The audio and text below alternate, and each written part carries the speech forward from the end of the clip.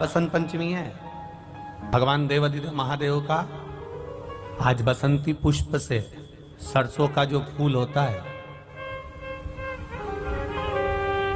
108 सरसों के पुष्प से भगवान शंकर का श्रृंगार किया जाता है या शिव को समर्पित किया जाता है।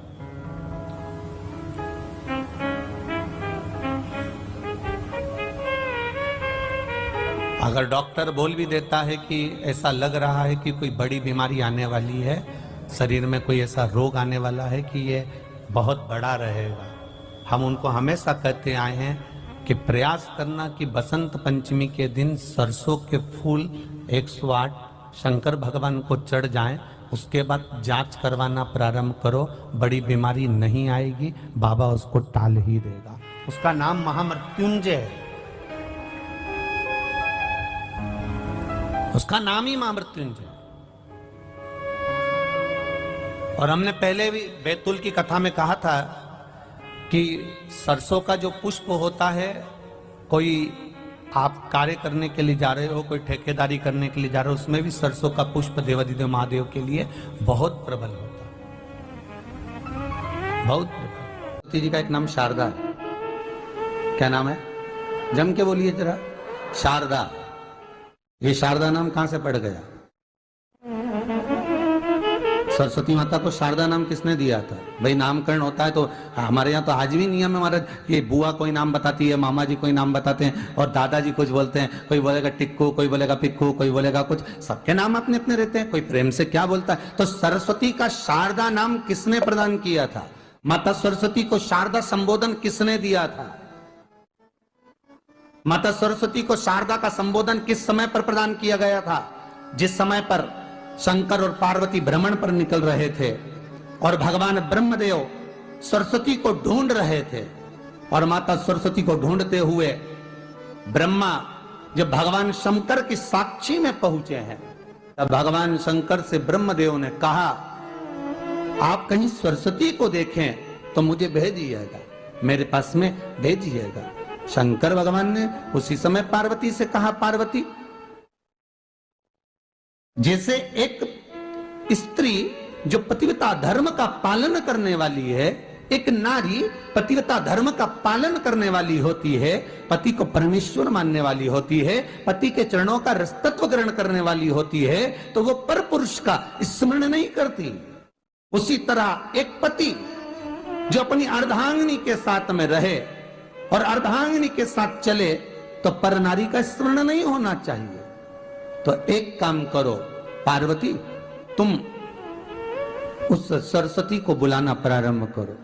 अब पार्वती जी ने कहा सरस्वती तो मेरी बहन जैसी है, सरस्वती तो मेरी सखी जैसी है, अब मैं उसको अगर बुलाऊं, आवाज दूं, अच्छा नहीं लगेगा। तो माता पार्वती जब ढूंढते ढूंढते ढूंढते ढूंढते शंकर भगवान के साथ में भ्रमण करती करती पहुंची, तो क्या देखती है माता पार्वती कि एक सरोवर के पास में माता सरस्वती बैठकर सरोवर में अपना मुखाग्रविंद देख रही थी। श्वेत वस्त्र था मेरा माँ का और बड़ी सुंदर गले में माला पहन रखी थी माता सरस्वती ने, और एक सरोवर में माता सरस्वती अपने मुख को जब निहार रही हैं, उस दर्पण के भाव में अपने प्रतिबिंब को देख रही हैं, तब उस समय पर माता पार्वती ने कहा शारदा, सरस्वती को लगा कि मेरा संबोधन ये किसने कहा, पलट कर देखा, सरस्वती ने कहा पार्वती तुम? हाँ, मैंने तेरा जो दर्पण में प्रतिबिंब देखा है, तेरा स्वरूप देखा, पर तू इतनी सुंदर है, इतनी सुंदर है, पर तेरा जल में जो स्वरूप देखा ना, वो नीला दिखाई दिया, थोड़ा सा श्याम दिखाई दिया, इसलिए मैंने तुझे शारदा कह दिया। आज भी हमारे मध्य प्रदेश के कटनी और सतना के बीच में महियर में आज भी शारदा भवानी विराजमान है महाराज।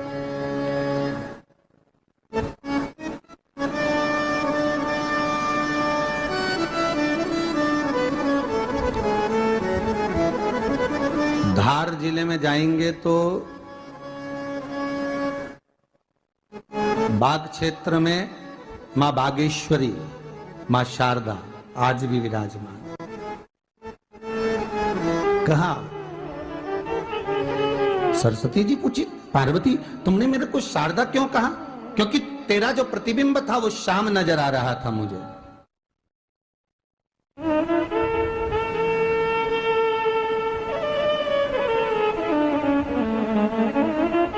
उस प्रतिबिंब को देखकर मैंने तुझे शारदा का संबोधन दिया। तुम्हें ब्रह्मा जी बुला रहे हैं। सरस्वती ने कहा,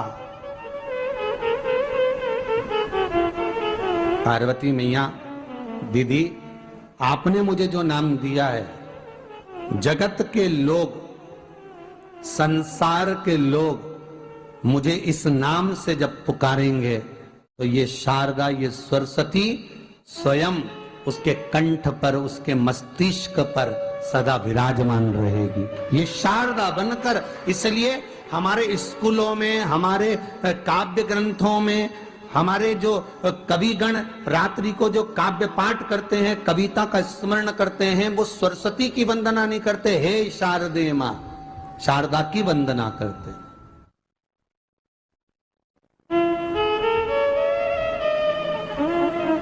कभी आपसे कोई पूछ ले कि शारदा नाम पार्वती सरस्वती का कब पड़ा, तो आप बता सकते हैं कि ये माता शारदा नाम कोई सहज नहीं है। मां ढूंढने के लिए जब निकली, ब्रह्मदेव के कहने पर भगवान शिव के साथ भ्रमण करती। नाम का उच्चारण कोई सहज नहीं होता। कोई देखता होगा, दादाजी ने अगर किसी का नाम कुछ रखा है तो कुछ सोच के रखा होगा, पिताजी ने अगर कुछ रखा है तो उसके मन में कुछ आया होगा तो रखा होगा, मम्मी ने अगर कोई नाम रखा है तो उसने कोई विचार कर कर रखा होगा। कोई नाम अगर किसी का रखा जाता है तो उसके अनुकूल रखा जाता है कि हो सकता है कि वो नाम की क्या उसके मन में चल रहा होगा। तो शारदा का संबोधन कोई सहज नहीं है। माता सरस्वती का एक नाम शारदा हुआ, इसलिए संबोधन में सरस्वती कम शारदे मां ज्यादा बोला जाता है। आप काव्य पाठ कर लो, नाम जाप कर लो, स्मरण कर लो।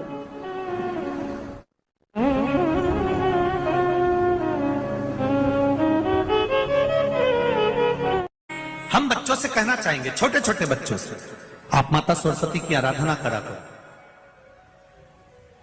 मेरे बच्चों से निवेदन है, कभी जिंदगी में अगर मौका मिल जाए और सरसों के फूल यदि आपके जीवन में आपको कहीं से प्राप्त हो जाए, सरसों के फूल जानते हो ना, पीला कलर का होता है सरसों का फूल, आप प्रयास करो सरसों का फूल। जिस दिन माता सरस्वती का, मेरी बागेश्वरी का जिस दिन प्रागट्य उत्सव हो बसंत पंचमी का, उस समय पर माता सरस्वती का स्मरण कर कर वो सरसों का फूल आप देव अधिदेव महादेव को चढ़ाइए। जैसे माता सरस्वती को ज्ञान दिया था, वैसा मेरा महादेव आपको भी ज्ञान दे। वो सरसों का फूल आप देव अधिदेव महादेव को समर्पित। कई जगह पर आम के जो झूमर होते हैं वो, कई जगह पर सरसों का पुष्प, सरसों का फूल वैसे शिव महापुराण के अनुसार अगर अपन देखें तो बड़े रोग में भी कारगर होता है। जिसको कैंसर जैसा रोग हो जाता है या किडनी लीवर जिसका डैमेज हो जाता है, इसके लिए हमने पहले भी कथाओं में वर्णन किया है। बसंत पंचमी का दिन, महाराज सरस्वती का दिन, जिस दिन जो बच्चा पढ़ने में कमजोर होता है उसके हाथ से बसंत पंचमी के दिन सरसों के 31 फूल शंकर जी को चढ़ा दिए जाते हैं तो बच्चा पढ़ने में अव्वल निकल जाता है। उसके बच्चे को कभी नहीं कह सकते कि पढ़ने बैठ, वो खुद बैठेगा। केवल आज बसंत पंचमी का दिन, एक